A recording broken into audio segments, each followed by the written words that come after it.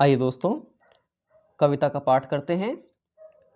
हम तो केवल यह आंकते हैं कि एक देश की धरती दूसरे देश को सुगंध भेजती है और वह सौरभ हवा में तैरते हुए पक्षियों की पांखों पर तिरता है और एक देश का भाप दूसरे देश में पानी बनकर गिरता है।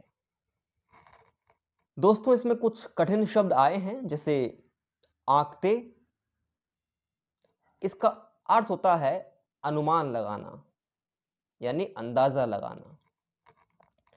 एक शब्द है सौरभ, यानी सुगंध। यहां पर है पांखों, यानी जो पांख, इन सेंस पंख। तिरता यानी तैरता।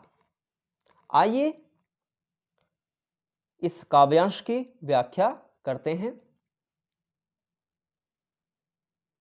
भगवान द्वारा भेजे गए संदेश जिनको पक्षी और बादल लेकर आते हैं, जिसकी बात हमने पार्ट 1 वीडियो में की थी।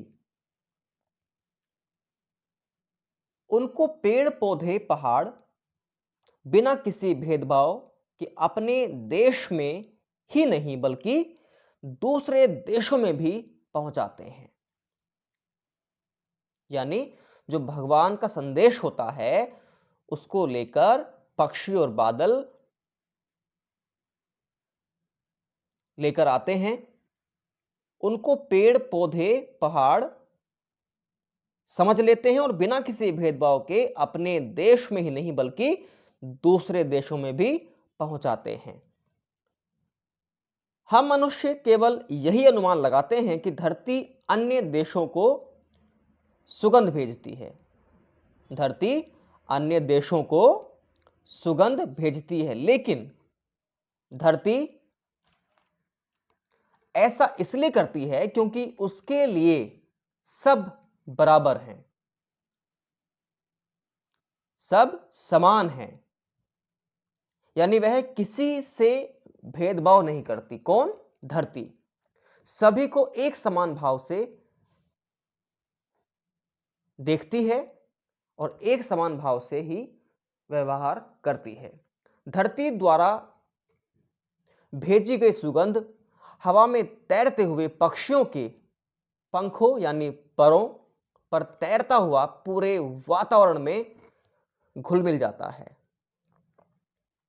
आगे पंक्तियों में दिनकर जी कहते हैं कि नदी, सागर, झील, सरोवर आदि का पानी भाप बनकर उड़ता है और यही भाप ठंडी होने पर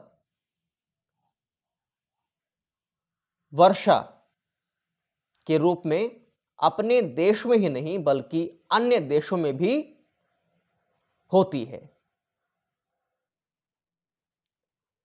दोस्तों, जैसे कि मैंने कहा था पहले भी कि कविता में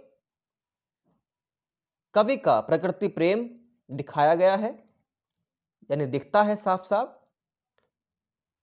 दिनकर जी यही बताने की कोशिश कर रहे हैं कि प्रकृति से मनुष्यों को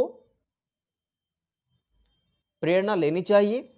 जिस तरह प्रकृति सबके साथ एक समान व्यवहार करती है, सबको अपना समझती है, बिना किसी भेदभाव के